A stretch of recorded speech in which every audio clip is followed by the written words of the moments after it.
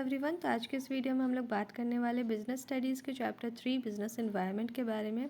उसके meaning, characteristics, categories, importance, features, ये सारी चीज़ों को आज हम लोग कवर करने वाले हैं। तो वीडियो के एंड तक ज़रूर बने रहे ताकि आपके सारे डाउट्स इस टॉपिक से रिलेटेड क्लियर हो जाए। इससे पहले मैंने बहुत सारे टॉपिक्स के वीडियो बना रखे हैं, तो अगर आप लोगों ने नहीं देखा या किसी टॉपिक में आप लोगों को डाउट है तो जा करके वो वीडियो ज़रूर देखिएगा। लिंक आप लोगों को डिस्क्रिप्शन बॉक्स में मिल जाएगा। तो चलिए आज का वीडियो को स्टार्ट करते हैं। सबसे पहले जानते हैं इसके मीनिंग के बारे में कि आखिर बिजनेस इन्वायरमेंट होता क्या है। Business environment can be defined as the forces, factors and institutions with which the businessman has to deal with to achieve its objective. तो बिजनेस इन्वायरमेंट को हम लोग बोल सकते हैं कि ऐसा फोर्सेस, फैक्टर्स या इंस्टीट्यूशन जिसके थ्रू क्या होता है कि बिजनेसमैन को डील करना पड़ता ताकि जो ऑब्जेक्टिव है उसको अचीव किया जा सके। जैसे कि हम लोग जनरल वर्ड्स में बोल सकते हैं कि जो बिज़नेस एनवायरनमेंट होता है वो क्या होता है, एक तरह का सराउंडिंग होता है जिसके चारों तरफ क्या होता है, बिज़नेस एग्जिस्ट करते हैं। जैसे मान लीजिए कि बिज़नेस है, अब बिज़नेस है तो जाहिर सी बात है बहुत सारा सराउंडिंग्स है, बहुत सारा चीज़ है उसके आसपास में जो कि क्या करेगा, बिज़नेस को अफेक्ट करेगा। तो जब भी कोई बिजनेसमैन क्या करता है, ऑपरेट करता है या काम करता है, तो उसको बहुत सारे लोगों के साथ इंटरेक्ट करना पड़ता है, चाहे वो कस्टमर हो या तो फिर सप्लायर्स हो, और साथ ही साथ क्या होता है कि बहुत सारे ट्रांजैक्शंस को वो परफॉर्म करता है। लेकिन ऐसा तो नहीं है कि वो इलीगल कुछ कर सकता है। उसको क्या करना होगा, रूल्स एंड रेगुलेशंस जो गवर्नमेंट के द्वारा बनाए गए हैं उसके अंदर रह करके, उसके दायरे में रह करके उसको क्या है, काम करना पड़ेगा। तो ये सारे जो फैक्टर्स होते हैं, जो पर्सन या इंस्टीट्यूशंस होते हैं, उसको क्या करता है बिजनेसमैन के लिए वो बहुत ज़्यादा ज़रूरी हो जाता है उसको समझना। तो बिजनेसमैन ये सारी चीज़ों को बहुत अच्छा से समझने का कोशिश करता है। जैसे कि क्या होता है, बिज़नेस है, जाहिर सा बात है बिज़नेस के इर्द गिर्द क्या होंगे, लोग होंगे, सप्लायर्स है, प्रोड्यूसर्स है, फिर क्या गवर्नमेंट है। तो बहुत सारे फैक्टर्स ऐसे होते हैं जिसको कि अंडरस्टैंड करना, समझना बिजनेसमैन के लिए क्या होता है, बहुत ज़्यादा ज़रूरी हो जाता है। इसी से रिलेटेड एक वर्ड यहाँ पे है, इन्वायरमेंट स्कैनिंग। तो इन्वायरमेंट स्कैनिंग होता क्या है, तो एक तरह से हम लोग बोल सकते हैं कंप्लीट अवेयरनेस होता है या अंडरस्टैंडिंग होता है बिजनेस इन्वायरमेंट के बारे में। जैसे बिजनेस है, ये बिज़नेस का इन्वायरमेंट है, तो जो बिजनेसमैन है वो क्या करेगा, अपने पूरे इन्वायरमेंट को अच्छी तरह से समझने का कोशिश करेगा कि क्या उसका रूल्स एंड रेगुलेशंस है, क्या लोगों का टेस्ट है, क्या लोग प्रेफर करते हैं। तो वो सारी चीज़ों को वो क्या करेगा, समझेगा, उसको उस चीज़ से अवेयर होगा, तभी जा कर के वो क्या हो पाएगा, अच्छा से अपना बिजनेस को कर पाएगा। अब वो इन्वायरमेंट स्कैनिंग जो है वो किया क्यों जाता है, वो किया जाता है ताकि पता चल सके कि जो डिफरेंट फैक्टर्स होते हैं, डिफरेंट पर्सन्स होते हैं जो कि बिज़नेस ट्रांजैक्शंस में इन्वॉल्व होते हैं, वो किस तरह से इन्फ्लुएंस करते हैं बिज़नेस को। इन्वायरमेंट का जो स्कैनिंग है वो हम लोग बोल सकते हैं कि एक ऐसा प्रोसेस होता है जहाँ पे जो ऑर्गेनाइजेशन है, जैसे कि ये ऑर्गेनाइजेशन है, वो किस तरह से मॉनिटर कर सकता है ताकि क्या हो सके, जो भी बिज़नेस को अफेक्ट करने का अपॉर्चुनिटी या थ्रेट जो आ रहा है उससे क्या किया जा सके, बचा जा सके। अब जाहिर सी बात है, अगर बिजनेसमैन जो है वो पहले से जान लेगा कि हाँ मेरे सराउंडिंग में ये चेंजेस आने वाले हैं, इस तरह से मेरे बिज़नेस को अफेक्ट पड़ने वाला इन चीज़ों से, तो क्या होगा, एक तरह से उसको ये पहले से पता लग जाएगा, पहले से आइडिया हो जाएगा कि हाँ ये चीज़ होने वाला आगे जा करके, या आने वाले टाइम में इस तरह का रिस्क हमको बियर करना पड़ सकता है या इस तरह के चेंजेस आने वाले। तो उस केस में क्या होगा, उसको पता लग जाएगा और वो उसी के अकॉर्डिंग क्या करेगा, अपना प्लानिंग करेगा, अपना प्रिपरेशन करेगा, जिससे कि वो उस थ्रेट को एक अपॉर्चुनिटी की तरह ले कि हाँ ये चेंजेस होने वाला है, तो हम इस चीज़ के लिए क्या है, पहले से प्रिपेयर्ड रहे ताकि आने वाले टाइम में हमको इस चीज़ की वजह से या इस चेंजेस की वजह से किसी भी तरह का लॉस ना सफ़र करना पड़े। तो ये इन्वायरमेंट का स्कैनिंग करना बहुत ज़्यादा ज़रूरी हो जाता है। तो कोई भी कंपनी जो है उसको अगर मार्केट में सर्वाइव करना है तो वो बिज़नेस इन्वायरमेंट के इफ़ेक्ट्स को इग्नोर नहीं कर सकता। अगर बिज़नेस इन्वायरमेंट के इफ़ेक्ट्स को वो इग्नोर करेगा तो वो बिज़नेस जो है वो अच्छी तरह से नहीं चल पाएगा। तो जो एफिशिएंट मैनेजमेंट होता है वो एनालाइज करता है इन्वायरमेंट को, जो जो चेंजेस होने वाले ऑर्गेनाइजेशन के पॉलिसी में, ताकि वो क्या कर सके कि बिज़नेस का जो इन्वायरमेंट है उसमें अच्छी तरह से वो इंटीग्रेट कर पाए। जैसे कि हम लोग एक एग्जांपल ले सकते हैं, जैसे कि पेप्सी और कोक कंपनी का।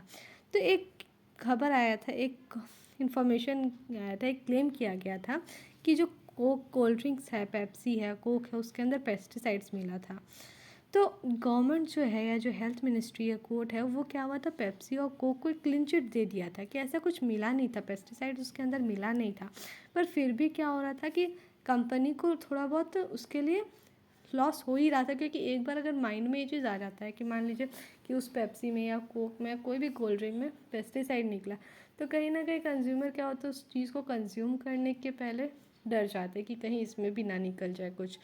तो उस चीज़ को दूर करने के लिए जो कंपनी है वो क्या कर रही थी, कंटिन्यूसली एडवर्टाइज़ कर रही थी ताकि वो प्रूव कर सके और कस्टमर्स को कन्विंस कर सके कि ऐसा कुछ भी नहीं है, उनके जो ड्रिंक्स है वो सेफ़ है। तो वो ऐसा क्यों कर रही थी, ताकि उनका सेल जो है वो बढ़ जाए, वो कंपनी जो है वो सक्सेस कर पाए।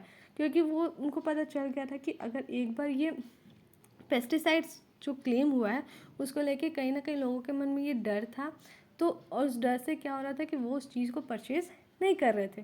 तो कहीं ना कहीं क्या होता है, इंटरनल इन्वायरमेंट तो अफेक्ट करता ही है बिज़नेस को, लेकिन कई बार क्या होता है इंटरनल के साथ साथ एक्सटर्नल इन्वायरमेंट भी बिज़नेस को अफेक्ट करता है। तो बिज़नेस को कॉन्स्टेंट्स हो रहा है या अपॉर्चुनिटी हो रहा है, दोनों क्या होता है इन्वायरमेंट स्कैनिंग से हम लोगों को पता लगाया जा सकता है। क्लियर है इतना? तो मतलब हम लोग बोल सकते हैं कि जो इन्वायरमेंट स्कैनिंग है वो बहुत ज़्यादा ज़रूरी हो जाता है किसी भी बिज़नेस के लिए, ताकि वो क्या कर सके, अपने आसपास के जो इन्वायरमेंट में चेंजेस आ रहे हैं या जो भी चीज़ें हो रही है उसके बारे में वो समझ सके, उसके बारे में वो अवेयर हो सके और आने वाले टाइम में उसको एक अपॉर्चुनिटी की तरह ले और उसी के अकॉर्डिंग क्या हो वो अपना बिज़नेस को चला पाए। क्लियर इतना? अब नेक्स्ट इसके बाद बात करते हैं इसके कैटेगरीज़ के बारे में कि क्या क्या कैटेगरीज़ होते हैं बिजनेस इन्वायरमेंट के। तो सबसे पहला है इकोनॉमिक और दूसरा है नॉन इकोनॉमिक। तो हम लोग को नाम से समझ में आ रहा है इकोनॉमिक मतलब जो कि क्या है, मनी से रिलेटेड है, और सोशल जो कि मनी से रिलेटेड नहीं है। तो इकोनॉमिक में हम लोग क्या क्या चीज़ को डाल सकते हैं, जैसे फिजिकल पॉलिसी हो गया, industrial policy, monetary policy, economic development, economic system, profit earning, GDP, ये सारी चीज़ें जो भी मनी से रिलेटेड इन चीज़ें हैं जो कि बिजनेस इन्वायरमेंट को अफेक्ट करती है वो सारे हो जाएंगे इकोनॉमिक में। और जो मनी से रिलेटेड नहीं है लेकिन फिर भी वो कहीं ना कहीं बिजनेस इन्वायरमेंट को अफेक्ट करती है वो हो जाएंगे नॉन इकोनॉमिक में। जैसे हम लोग इसमें बात कर सकते हैं सोशल का, लीगल हो गया, पॉलिटिकल, टेक्निकल, कल्चरल, ये सारी चीज़ें जो है वो पैसे से रिलेटेड नहीं है, पर किस चीज़ से रिलेटेड, वो हमारी सोसाइटी से रिलेटेड है, रूल्स एंड रेगुलेशंस जो गवर्नमेंट के द्वारा बनाए गए हैं, पॉलिटिकल इन्वायरमेंट है, टेक्नोलॉजी में जो रैपिड चेंजेस आ रहे हैं कहीं ना कहीं उससे भी क्या होता है बिजनेस में इफेक्ट पड़ता है। क्लियर है इतना? अब इसके बाद नेक्स्ट हम लोग बात करते हैं इसके फीचर्स के बारे में, क्या क्या इसका क्या क्या फीचर्स होता है। तो सबसे पहले ऑल द एक्सटर्नल फोर्सेस। तो बिजनेस इन्वायरमेंट में क्या होता है, जितने भी फोर्सेस होते हैं, इंस्टीट्यूशंस होते हैं, फैक्टर्स होते हैं, वो डायरेक्टली या तो फिर इनडायरेक्टली वो क्या करते हैं बिजनेस को अफेक्ट करते ही हैं। वो मैटर नहीं करता है कि इंटरनल फैक्टर्स है एक्सटर्नल फैक्टर्स है, दोनों ही फैक्टर्स कहीं ना कहीं क्या करते हैं बिजनेस को अफेक्ट करते हैं डायरेक्टली या तो फिर इनडायरेक्टली। नेक्स्ट है स्पेसिफिक एंड जनरल फोर्सेस। तो बिजनेस इन्वायरमेंट जो है इसमें स्पेसिफिक फोर्सेस की अगर हम लोग बात करें तो उसमें कौन है, स्पेसिफिक में कौन आता है, स्पेसिफिक में आ जाते हैं इन्वेस्टर्स, आ जाते हैं कस्टमर्स हो गए, फिर कॉम्पिटिटर्स हो गए, सप्लायर्स हो गए। तो ये सारी चीज़ें जो है वो क्या हो जाएगी एक स्पेसिफिक में आएगी। अगर हम लोग जनरल की बात करें तो जनरल में सोशल है, कल्चरल है, टेक्नोलॉजिकल है, पॉलिटिकल है। मतलब हम लोग ये समझ सकते हैं कि स्पेसिफिक की अगर हम लोग बात किए रहे तो जो बिज़नेस से रिलेटेड होते हैं जैसे इन्वेस्टर्स, कस्टमर्स, कॉम्पिटिटर्स, ये सब। लेकिन अगर हम लोग जनरल की बात करें तो जनरल को हम लोग नॉन ह्यूमन भी बोल सकते हैं, जैसे कि जो कि क्या होता है नॉन इकोनॉमिक में भी हम लोग इसको कैटेगराइज कर सकते हैं। जैसे सोशल, लीगल, ये लोग क्या करते हैं डायरेक्टली तो अफेक्ट नहीं करते बिजनेस पे, पर इनडायरेक्टली जो है वो क्या करते हैं अफेक्ट करते हैं। तो जनरल जो होते हैं वो क्या करते हैं डायरेक्ट अफेक्ट करते हैं बिजनेस पर, और इनडायरेक्ट जो अफेक्ट करते हैं वो कौन होते हैं जनरल होते हैं। स्पेसिफिक डायरेक्ट और जनरल इनडायरेक्ट में क्या करते हैं बिजनेस को अफेक्ट करते हैं। नेक्स्ट है इंटर रिलेशन। तो जो भी फोर्सेस और फैक्टर्स होते हैं बिजनेस इन्वायरमेंट में वो क्या होते हैं एक दूसरे से इंटर रिलेटेड होते ही है। नेक्स्ट है अनसर्टेनिटी। तो अनसर्टेनिटी का मतलब होता है कि हम लोग फ्यूचर को प्रेडिक्ट कर पाए एग्जैक्ट जैसा है, तो ये बात तो सही नहीं है और ना ही ये इजी काम होता है, क्योंकि फ्यूचर को प्रेडिक्ट करना बहुत ज़्यादा डिफिकल्ट होता है। बिजनेस इन्वायरमेंट में आने वाले टाइम में क्या क्या चेंजेस आएंगे उस चीज़ को प्रेडिक्ट करना बहुत ज़्यादा मुश्किल हो जाता है, क्योंकि क्या इन्वायरमेंट में बहुत ज़्यादा जल्दी जल्दी चेंजेस आ रहे हैं। जैसे कि आईटी डिपार्टमेंट की बात करें, फैशन इंडस्ट्रीज़ की बात करें, तो बहुत ज़्यादा जल्दी जल्दी क्या हो रहा है वहाँ पे चेंजेस आते जा रहे हैं। तो ये नहीं है कि हम जो प्रिडिक्ट कर रहे हैं वो ईजी है, प्रिडिक्शन करना बहुत डिफ़िकल्ट है, पर हम लोग जैसा प्रिडिक्शन कर रहे हैं वैसा ही आने वाले टाइम में हो ये भी क्या पाना मुश्किल होता है। नेक्स्ट है डायनेमिक। डायनेमिक का मतलब क्या होता है कि जो बिज़नेस इन्वायरमेंट होते हैं वो क्या होता है, हाईली फ्लेक्सिबल होते हैं। क्या होते हैं, फ्लेक्सिबल, और चेंजेस यहाँ पे क्या होता है, रैपिडली होते रहता है। तो ये जो है वो स्टैटिक नहीं है, ना ही रिजिड है, क्योंकि इसलिए क्या होता है कि इसको मॉनिटर करना बहुत ज़्यादा एसेंशियल हो जाता है, उसको स्कैन करना बहुत ज़्यादा ज़रूरी हो जाता है, साथ ही साथ कंटिन्यूसली स्कैन करना भी बहुत ज़्यादा ज़रूरी होता है, क्योंकि रैपिड चेंजेस आ रहे हैं और हाईली फ्लेक्सिबल है, तो चेंजेस भी बहुत ज़्यादा जल्दी जल्दी आ रहे हैं। तो ऐसा है नहीं कि हम लोग आज स्कैन करें फिर 1 महीना बाद स्कैन करें, तब तक तो पता चला बिजनेस जो है वो बंद ही हो जाएगा। तो इसलिए ज़रूरी है कि कंटिन्यूस बेसिस पे हम लोग क्या कर सकें, मॉनिटर करें और स्कैन करें, ताकि बिज़नेस का इन्वायरमेंट को हम लोग अच्छी तरह से समझ पाए, बिज़नेस को अच्छा डायरेक्शन दे पाएँ। नेक्स्ट है कॉम्प्लेक्स। अब कॉम्प्लेक्स क्यों है, क्योंकि बहुत ज़्यादा डिफ़िकल्ट हो जाता है समझना कि बिज़नेस इन्वायरमेंट का क्या इम्पैक्ट पड़ने वाला है कंपनीज़ में। क्योंकि एक तरह से हम लोग बोल सकते हैं कि हाँ, इन्वायरमेंट को स्कैन करना कहीं ना कहीं ईजी हो जाता है, पर ये पता लगाना कि वो चेंजेस किस तरह से इन्फ्लुएंस करेगा हमारे बिजनेस के डिसीजंस को, वो बहुत ज़्यादा डिफ़िकल्ट हो जाता है। मतलब स्कैन करना ईजी है, पर बिजनेस डिसीजंस को वो किस तरह से इन्फ्लुएंस करेगा वो जानना बहुत ज़्यादा डिफ़िकल्ट हो जाता है। तो कुछ बार क्या होता है, चेंजेस जो है वो बहुत सा छोटा सा होता है, तो उसको हम लोग उतना ध्यान नहीं भी दे, नेगलेक्ट भी कर दे तो भी चल जाता है। पर कई बार क्या होता है, जो चेंजेस होता है वो बहुत ज़्यादा लार्ज हो जाता है, उसका इम्पैक्ट भी बिजनेस पे बहुत ज़्यादा लार्ज हो जाता है। तो इसलिए बोल सकते हैं कि ये कॉम्प्लेक्स प्रोसेस होता है। नेक्स्ट है रिलेटिविटी। अब रिलेटिविटी क्या होता है, जो इम्पैक्ट होता है बिजनेस इन्वायरमेंट का वो कंपनी टू कंपनी या कंट्री टू कंट्री क्या होता है, डिफर होता रहता है। ठीक है, तो जब कंपनी है, जैसे मान लीजिए कि कोई कंज्यूमर ऑर्गेनाइजेशन है, ठीक है, वो पब्लिश किया अपना रिपोर्ट में कि जो कोल्ड ड्रिंक में पेस्टिसाइड्स मिला था, तो उससे क्या हुआ, पेस्टिसाइड्स निकला तो उससे कंपनी का जो सेल्स है वो कहीं ना कहीं क्या हुआ, कम हो गया। और उसका कंपैरिजन में अगर देखा जाए तो बाकी अदर जो कंपनी उसका सेल क्या है वो बढ़ गया, क्योंकि सबके दिमाग में क्या था कि पेप्सी और कोक का जो कंपनी है उसका जो कोल्ड ड्रिंक बना हुआ है उसमें पेस्टिसाइड निकला, पर उससे क्या हुआ कि उस कंपनी का सेल्स घटा, लेकिन बाकी जो अदर कंपनीज़ है मार्केट में उसका सेल क्या हुआ, बढ़ गया, क्योंकि उनको लगा कि as comparison to Pepsi and Coke जो अदर कंपनीज़ है उसका जो प्रोडक्ट है वो कहीं ना कहीं अच्छा है।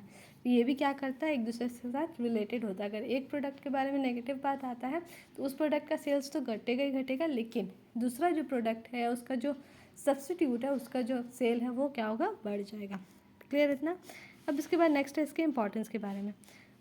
Enable the firm to identify opportunities and getting first mover advantage। तो इसका मतलब क्या होता है, जो बिजनेसमैन एबल होता है कि वो स्कैन कर सके अपॉर्चुनिटीज़ को या समझ सके जो बिज़नेस इन्वायरमेंट में हो रहा है अर्ली स्टेज में, उसको क्या होता है, बहुत ज़्यादा बेनिफिट मिल जाता है। क्या मिल जाता है, बेनिफिट मिल जाता है। और ये बोल सकते हैं कि वो क्या कर सकता है, एक बिग शेयर जो है मार्केट का उसको कैप्चर कर लेता है। क्योंकि अगर मान लीजिए कि कोई बिजनेसमैन है वो बहुत जल्दी स्कैन कर लेता है अपॉर्चुनिटीज़ को, या बहुत जल्दी समझ जाता है कि उसके अराउंड क्या होने वाला है या क्या चीज़ हो रहा है, तो उसको ये एक तरह का क्या मिल जाता है, अपॉर्चुनिटी मिल जाता है, एक तरह का बेनिफिट मिल जाता है कि वो क्या कर सके, मैक्सिमम शेयर जो है वो मार्केट का उसको कैप्चर कर सके और अपने कॉम्पिटिटर से आगे निकल सके। क्लियर है। अब इसके बाद नेक्स्ट हो जाता है help the firm to identify the threads and early warning signals. तो जो बिजनेसमैन जो एबल होता है स्कैन करने में या समझने में बिजनेस इन्वायरमेंट को टाइमली, उसको क्या मिलता है, अर्ली वार्निंग सिग्नल मिल जाता है, जिससे कि वो डील कर सके जो भी नेगेटिव पॉलिसीज़ हो रहे बिजनेस इन्वायरमेंट में उससे।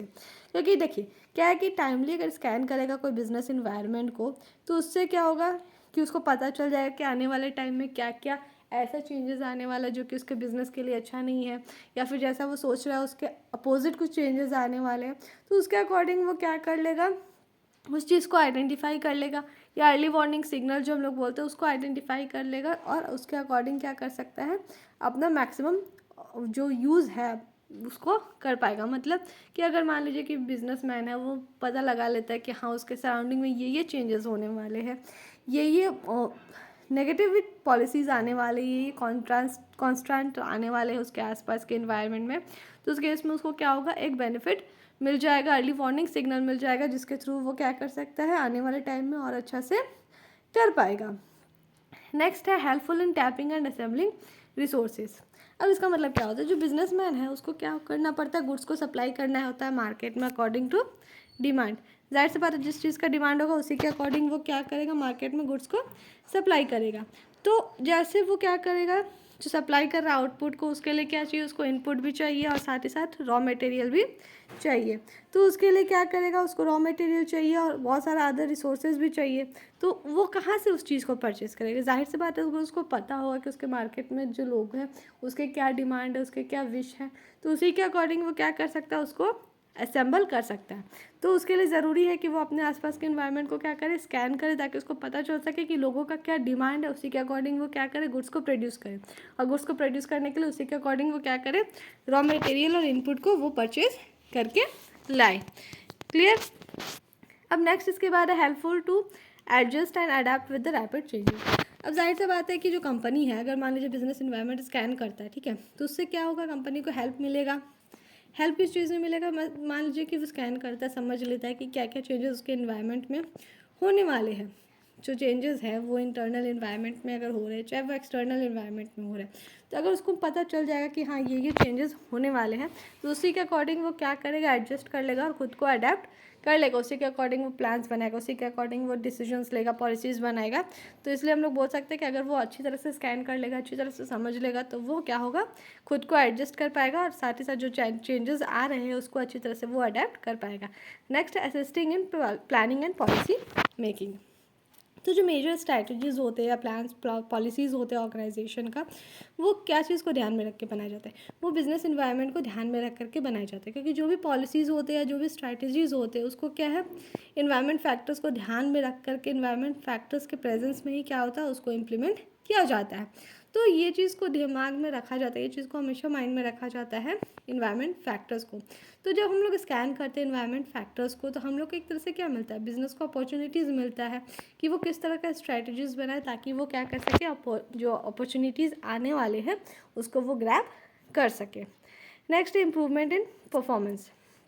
अब क्या होगा, अगर मान लीजिए कि जो बिज़नेस इन्वायरमेंट है वो कंटिन्यू क्या कर रहा है, स्कैन कर रहा है अपने बिजनेस इन्वायरमेंट को, बिजनेसमैन, तो उससे क्या होगा कि उसका परफॉर्मेंस जो है वो इम्प्रूव होगा। और जो चेंजेस आ रहे हैं, तो स्कैन करें तो जाहिर सी बात है वो अपने इंटरनल इन्वायरमेंट में चेंजेस भी लाएगा, जो कि क्या होगा, एक्सटर्नल इन्वायरमेंट के मैचिंग में होगा। मतलब इंटरनल इन्वायरमेंट में जो एडजस्ट करेगा इस तरह से कि एक्सटर्नल इन्वायरमेंट का चेंजेस के वो इक्वल हो सके। तो उससे क्या होगा कि ऑर्गेनाइजेशन जो है वो बढ़ेगा और साथ ही साथ उसका जो मार्केट शेयर है वो भी क्या होगा, बढ़ेगा। तो इन्वायरमेंट को स्कैन करना और अंडरस्टैंड करना बहुत ज़्यादा ज़रूरी हो जाता है। क्लियर है इतना? किसी भी तरह का डाउट हो तो कमेंट करके ज़रूर पूछिएगा। वीडियो को अपने के लिए थैंक यू।